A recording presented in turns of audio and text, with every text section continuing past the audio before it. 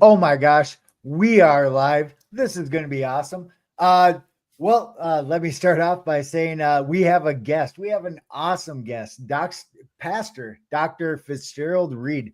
I wasn't sure. Did I just pronounce that or say that appropriately? Is it Pastor Doctor? Like Pastor comes first? Well, just Dr. Fitzgerald Reed is great. Oh my gosh, I like it. I like it. Holy cow!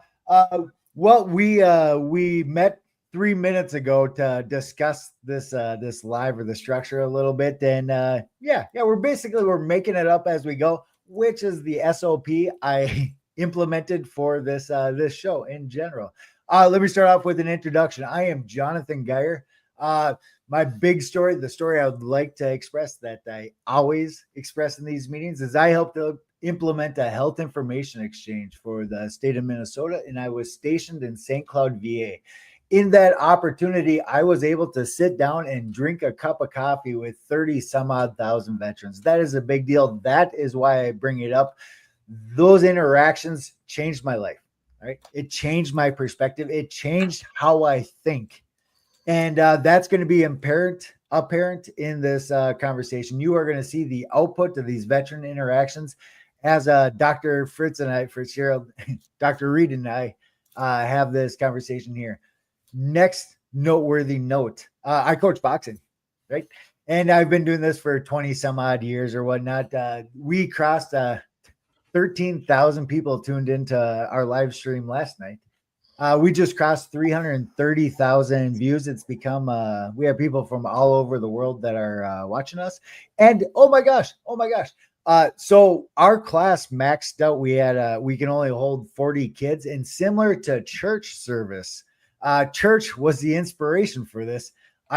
We started streaming it. We put it on YouTube. Why? Because if you can't make it to church, it is still good to watch from home. My wife and I watch church from home when we can't make it in. Right. So we started doing that for our boxing class. And now, we crossed 330,000 views. It is a big deal. Oh my gosh, that is it. Dr. Fritz, you're up.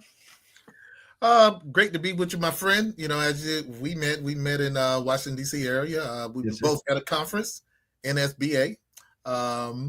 We both in the business of government contracting. I'm a pastor of Salem Christian Church, but also I'm a small business owner of Eagle Professional Services, where we offer a business solution for small business. Help you protect your investment through insurance product as well as real estate products as well. So I'm glad to be here with you, my friend. Hopefully we can dive into this conversation about the greatness within. So I'm just excited to be here, and I greet all your guests. Thank you for being here. Okay. This is going to be awesome. I'm super pumped. Structurally, I am going to read a paragraph. We are going to read a paragraph at a time, and then just talk about it. And really, this show is deliberately structured, unstructured. The goal, the article is just a setup for good conversation, right? Like if we don't read any of the article, it doesn't matter at all. It's just got to be a deep conversation. I want it to be a deep conversation. That's all I'm after. And oh my gosh, I already know that you and I will pull this off naturally. So let it ride. Just let it flow. Yeah. Okay. Let me dive right in. The greatness within. Oh my gosh. And actually before I get too far in, you and I haven't talked about this. Like, I don't know where you're going to go with this title. You gave me the title, and that's all I asked for. Right. I'm not sure how this is going to play out, and I'm pumped. Like, I'm excited. I'm getting goosebumps as we talk. Like, I'm positive it's going to be good. Yeah. Our special guest this week is Pastor Dr. Fitzgerald Reed, a friend and a man I seek out for advice. That's real. That's real. I remember our conversations as we were walking around the National Mall. I can tell you where we were standing when you said particular points, right? Like so it must have been significant enough that my mind took a snapshot of the moment that I can reference, Yeah. That's awesome. Good. Yes, sir. Good. That's God awesome. Story. And actually, I'm going to deviate before I just a small, I was going to say rabbit hole. It's not a rabbit hole. This is a deliberate deviation, just a tiny little bit. I am super uncomfortable talking about God or religion publicly. Like I feel some peer pressure is not the right word, but I am deliberately stepping outside of my comfort zone to have this conversation. I had to talk myself into it. That is a real. I'm a boxing coach. I was scared. True story. I was scared to have Wow. this conversation. I've been opening up a little bit more in the last couple of weeks, probably getting ready for this, But like I'm actually nervous to do this. I had to talk myself into it, like a boxer getting into the ring. Yeah. Wow. Wow. So it must gonna be great. It's got to be great. Yes, sir. Yes, sir. Yeah. Meant to be. Yeah. Fritz and I met in a highly improbable way. Hotel breakfast bar in DC. Yeah, that's the waitress sat us next to each other in the nearly empty restaurant area. So close, it would have been weird. So close, it was weird and uncomfortable not to talk. Oh my gosh. And I don't know how you remember, but that's how I remember it. Like I remember seeing the restaurant totally empty, and then she sat us right next to each other. It's my thought was, that's what an odd choice. But in hindsight, like you said, it was odd because I was on my way, preparing myself to leave, knowing that my flight was going to come later on in the afternoon.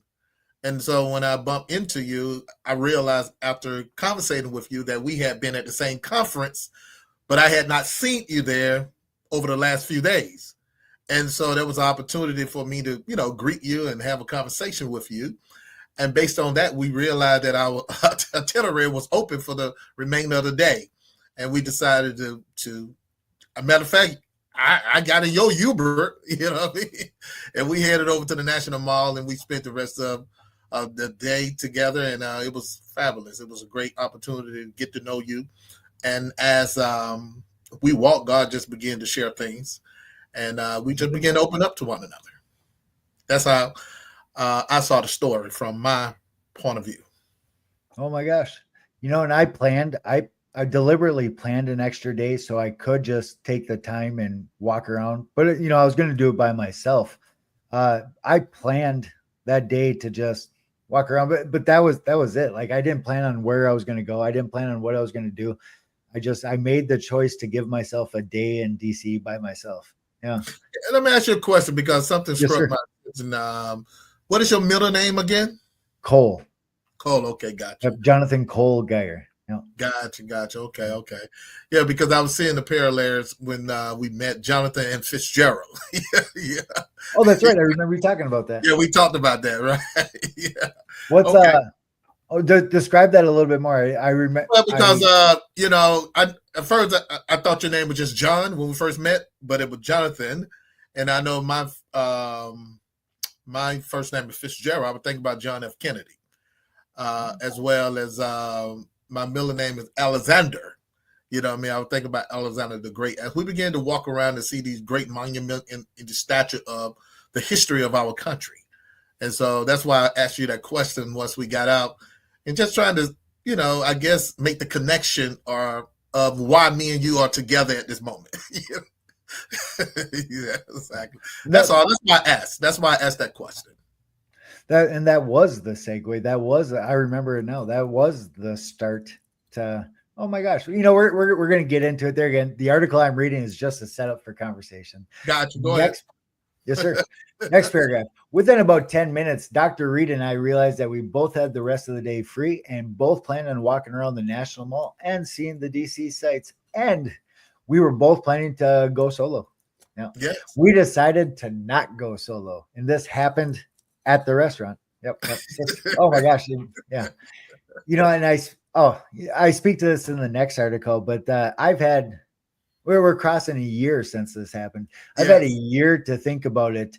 And I'm having a hard time saying that it's not something significant, something unmeasurably significant, and I'm going to speak to that. And I'm tiptoeing around the God thing because I'm still uncomfortable talking about it publicly. Like I feel peer pressured to open up more on that, and that's where I'm at. It really does. For me, it feels like boxing. I'm doing it because I'm scared to do it, and I don't like being scared. It's sparring right now, right?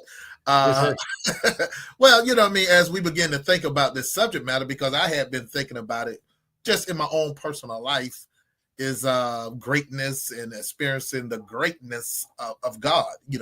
Why I'm here, my purpose, and I want to live out the best version of myself.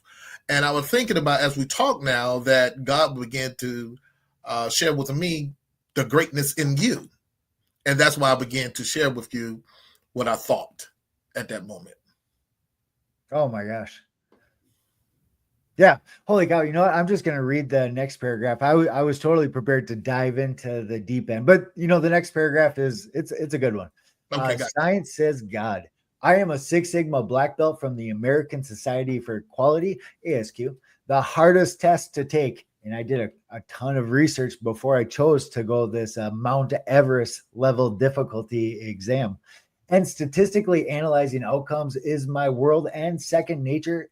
It's how I see the world. It's something once you turn on, you can't turn it back off. It's I calculate stuff constantly or analyze. Yep. Everything is a data point. The math doesn't add up. The probability of this situation, Dr. Reed and I meeting, the probability of this situation, the day's conversations, and all the interactions that happened after are incalculably low. And I'm bragging about I'm emphasizing the Six Sigma part because I did try to rule out for cognitive biases. I did try to rule out for just dumb luck and all this other stuff. And, all in a world of probability, everything is probable, right? Or everything is possible, but not everything is probable. And that's what I'm speaking to here. I'm speaking to, it's possible that all of it was dumb luck, right? I don't consider it probable. And I've spent a year trying to find variables onto it. Like, holy cow. Like, yeah. Oh my gosh. Yeah. Yeah. Go for it. Yep. I just see the difference. I see it from this angle. I guess I'm coming from the southern part of the United States, which is Georgia, and you coming from Minnesota, correct? Yes, sir. Yeah. And we meet in our capital of the United States on that particular day. And like I said, I had been there a couple of days before I even laid eyesight on you. If you had not came into that restaurant, just like me, if I decided, because I was kind of like deciding, okay, I'm going to go here or I'm going to go somewhere else. I just happened to see some young ladies coming from that area. So I said, okay, out of curiosity, let me go and see what this is. And that's where, I kind of bumped into you and we had our conversation. So I think it was just God appointed time for us to meet one another. And that's what when I did that bullet point, science says God, that is my going conclusion. That is the leading hypothesis after a year's worth of deep consideration on this one. And oh my gosh, there's more stuff we're going to freehand here in a little bit. This is a quick article. Yes. Fritz and I touched on deep, personal, emotional topics my best friends and I have never discussed. That's a true thing. We oh my gosh, I'm getting goosebumps as we talk right now. We were talking about marriage. We were talking about life. We were talking about stuff you don't talk about with strangers, right? And it just happened. Like there was no leading, there was no prodding. Like it was like we've always known each other. Yeah, crazy. Right. Yes, just a natural flow of conversation. We began to talk about things. At the time, you was not married. You were thinking about, you was engaged to be married, and you were telling me about all the surrounding events. And then we began to talk about your church life as well. So, the conversation continued to go and go and go and go and continue to grow as we dived into the conversation with one another. I don't want to share publicly, but what I'm getting at, we were talking about hard stuff, like getting married. That's it wasn't all rainbows and sunshine, right? Like the normal stuff, the stuff you normally hide from public view, we dove into right off the bat, like as if we've known each other our whole lives. That's right. And talking about church life as well, which is another hard issue, just your church family, who you love and dear, which is a family to you. We began to talk about those experiences as well. I didn't, this all ties together. I didn't grow up in that environment, and I wasn't pushed into that. A lot of this comes from my wife, right? Like Right. she introduced me to it, and yeah, yeah. Yeah. That speaks to my uncomfortableness with talking about this publicly. Right now, this feels like a boxing match to me. I am pushing myself outside. I am doing it just because I'm scared to do it, right? Yeah. Yeah. Yeah. Facing your fear, right? Yes, sir. Yes, sir. Facing Head your on. fear. Run on in. And I Yep. remember you brought up a lot of things that I shared with you. You said my wife shared the same information with you, over the time that you all been together. So it was just like an affirmation of the conversation that we had. And I think the more and more that we open up, the more and more you realize that you heard this before and you heard it from your wife or through others. Oh my gosh. Yeah, we're at the last 15 minutes. I do want to spend the last moment here describing. Okay. I want to hear your thoughts on the greatness within the actual stuff. So I'm going to read a little bit faster here. Fitz and Okay, I go ahead. touched on deep emotional topics my best friends and I have never discussed. My wife and I watched his Salem Christian Church service from our home in central Minnesota a few weeks after I returned from DC.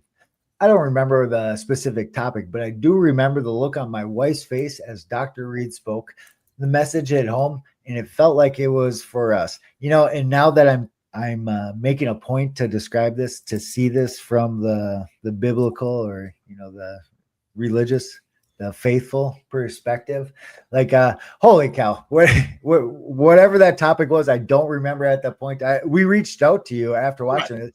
It was for us. We had something crazy going on at the time. I don't remember what it was, but it stopped us in our tracks. Like yeah, kind of held my breath a little bit. Like it was, from a scientific materialism perspective, it was crazy Well, how spot on it was to what we needed.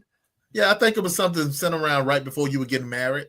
Yes, I sir. think that Yes, probably sir. some concerns. I'm assuming because vaguely remember reading your message, and it was something in relation to. I know it was right before you were getting married.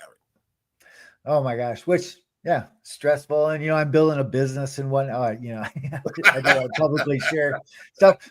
But holy cow, I'm a boxer, and I choose to climb Mount Everest. I choose to go to the moon because it's hard, right? Yes, And yes. my perspective is unique. Like it's yeah, yeah. The challenges I willingly walk into is not the path that everybody else is comfortable with. My level of crazy is not the normal. Yeah, gutsiness is a good way to say it. Oh my gosh, how to find the greatness within you. This is the title Fitz picked for the week, and my following thoughts are independent. We don't talk about this. I write this independently as a setup for good conversation. We didn't talk about it yet. I coach boxing, and my first thoughts skewed towards the boxing direction. I've had a few days to think about it, and my perception went deeper. And oh my gosh, I didn't plan this out. It's talking the publicly saying the word God scares me a bit, right? And that's what I mean in this paragraph. I coach little kids to go in and fight to potentially get injured in front of hundreds of people, in front of their girlfriends, in front of their family. Like it is terrifying to get in the ring. Who cares if you win or lose? Just like showing up is just, oh my gosh, it is the hardest thing you could possibly imagine. Kind of like public speaking. It's just terrifying, right? So what I do, the biggest value add I add to these young adults, and I say kids, but they're in their 20s and whatnot, is helping them do the scary stuff, right? Like, and oh my gosh, that's when you say the greatness within you, that's what I was thinking. Like, yeah, I'm picturing it like there again. I'm getting goosebumps as we talk. Like, my heart is in getting these kids to do scary things, and maybe that's what you meant by the greatness. I'm not sure how to connect the dots, but that's where my mind is at when I read this. Well, just kind of tag along with your scenario about boxing. I'm not a boxer, of course, but just the preparation Yes, sir. of what a boxer go through is going to determine if they're going to be very successful or not. They can't control the results, but they can control their preparation. and what they put into being prepared for that match. And I think all that is within. That's all within. I think that we all are spiritual beings. We're connected to God, spiritually. And it's something that God put on the inside of us, which is immaterial substance. When we think of spirit and soul, as the biblical Bible tells us, the Holy Scripture tells us that God breathed into our nostrils and we became living souls. That means that we became a human being. That means that we all have a part of God on the inside of us. But it's up to us to discover what that is. We know that we are connected to God by the Spirit. And because we have a soul, that means we have life here on earth. And so we just have to discover what that is. And according to the Word of God, is all about our output, meaning, of course, what we put in, but the output, a giving of ourselves to others, becoming a servant of others, meaning not a doormat, but being a servant, willing to give of ourselves. And we do that when we make these sacrifices, when we prepare for a match. We give of ourselves, we make sacrifices to get on a workout regimen, to maybe get diet regimen, or just prioritize things. Well, we even pull ourselves back, isolate ourselves, where we can focus more on being prepared so we can be the best we can be once we step into that ring. And being the greatness within is truly just being the best version of yourself. It have nothing to do with accolades. It have nothing to do with you being famous. It have everything to do with who you're connected to, and then discovering your God-given gifts. And you maximize those gifts to the best of your potential, which already reside within you. So it's all about tapping into what God already have placed within you. Oh my gosh. Yeah. Oh, we didn't plan this out ahead of time, and you just touched on like a major struggle for me, one that I am willing to talk about. What the heck am I supposed to do with my life? Right? Like, oh my gosh, am I supposed to be a billionaire? Because I am working in that direction. Am I supposed to not be a billionaire and work a normal job and just take care of my family, which is perfectly fine, right? Like, what the heck am I supposed to do? Because I am good at a lot of things, right? And I am bad at a lot of things. And in this is biblical perception the right way to say it? Faithful. I'll go with that. I like that one better. Faithful perception. Like, what am I here to do? And I actually have we my wife and I, we go to the Waters Church here in Sartell, and we've had conversations. I reached out to the pastor, and there again, I'm super uncomfortable talking about any of this stuff. This is me boxing. I'm peer pressuring myself into reaching out to a pastor. I've never done that in my life, right? And I told him, like, what the heck am I supposed to do with myself? Like, oh my gosh, I am good at a lot of things, but what matters? How did you say what God put me on this earth to do? And helping people is what I'm hearing, right? Yes. What does that mean? I don't know. And it's oh my gosh, and it's scary. It's scary. I have kids, like I have responsibilities. I have things I need to do, right? And yeah. Oh my gosh, I'm coming from the black belt, the statistical kind of mindset. It is unquantifiable. What we're talking about is unquantifiable, and that's it's challenging. And switching into the disc framework, the conscientious type, not being able to quantify it is challenging. Yeah. Oh, okay. Well, I have a hard time articulating any of this, but so my boxing channel is doing awesome. What am I doing there? I'm coaching. I'm building people up. Right. This what we're doing here is doing awesome. What am I doing? I'm inviting guests on, and I'm trying to build them up. On purpose. And my government contracting mentor and we are trying to convince normal Americans to starting government contracting companies to build them up, right? Like all of this is happening because of this conversation with the pastor, because of what you're talking about right now. What the heck am I supposed to do with my life? I have the impression I hear I'm supposed to help people, and this is how I'm doing it. Yeah. Oh my gosh. Yeah. And I don't know the formula like you do. You're a man of analytics and mathematician probably even. But I know this right here from life experience: preparation plus opportunity equals success. I just think that when you prepare yourself, the moment will find you, and you just have to be ready to respond. See, we cannot control the outcome, but we can control what we allow to input within ourselves, so we can have a greater outcome, whatever that is. It's not about the material; it's about the immaterial. It's about what you put in on the inside of you, meaning your training, your learning, your development, just preparing yourself for the moment. It may not seem as if you're preparing for the moment, but you truly are, because you never know when that moment may arrive. So preparation plus the opportunity, because the opportunity will find you if you prepare yourself, and it will equal success. And what success look like? Well, to me, success is being the best version of yourself. Oh, yep. And that is greatness at the end of the day. Service, giving of yourself, because the Holy Scripture does tell us this when he made the comparison between Adam and Jesus.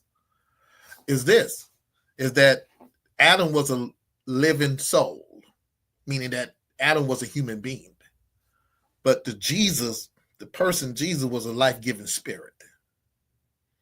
And so we all are called to give of ourselves to something and someone, some cause. Because we were not created here to be alone. We were created to be in a community, because everything happened in a community. So in a community, we have to give and we have to receive. So to me, I just believe that is the greatness within us, when we can learn how to give the way God wants us to give. Oh my gosh. Is selfless. Yes. There was I was active listening, but there was two thoughts there. Let's see if I can recall them. Go ahead. The first, the community part, that is also a new thought for me within this last few years or whatnot, because I'm a super independent person, disc framework, dominant, conscientious type. I got married because I don't want to do it alone. Right. Like I know that I'm dumb. There's probably a better way to say that, but I know that I'm not good at some things, and I know that I can convince myself that I'm right even when I'm not right. Like I can be my own yes man, and I know that's not. I want to win. Like I don't care about being right. I want to win. Or like I want to achieve the greatest thing I can possibly achieve, and I know that by myself is not a good way to do it. The veteran conversation. After a while, I'm an empath, so I pay attention to people. After a while, I was able to tell who lived alone without talking to them. Like just their mannerisms alone were enough that you could tell who was by themselves. And I now know from the faithful perspective that it correlates. Like it's supposed to be a community. I can tell who wasn't part of the community, and then which is a supportive data point towards that. And that's the important part about networking as well, because you get to meet people, within a community, whatever group you all are gathering together for, or whatever cause it is, you all become a community. Oh my gosh. That is awesome. I don't remember what my second point is there. We are in our last 45 seconds here. Yes. And I'm going to read a sentence here and start preparing yourself. I'm going to ask you, what is the one thing you could give our audience, the most beneficial, the most valuable thing, the one thing you want them to take away from this conversation? Actually, you know what? Let's just go with that right now. What is the closing thought here on how you feel on this, the greatness within? What can we do for the people watching this? The greatness is within is what God have already placed inside of you. Nice. And that is those immaterial, intangible substance that he already given into you. As I said, the scripture said that God breathed into human nostril and they became living souls. So we are human beings because we have God inside of us. Now we need to connect with God in order to bring out that greatness. And God will continue to instruct us to what that may be. And this is a process of learning, of discovering your God-given talent or your God-given gift.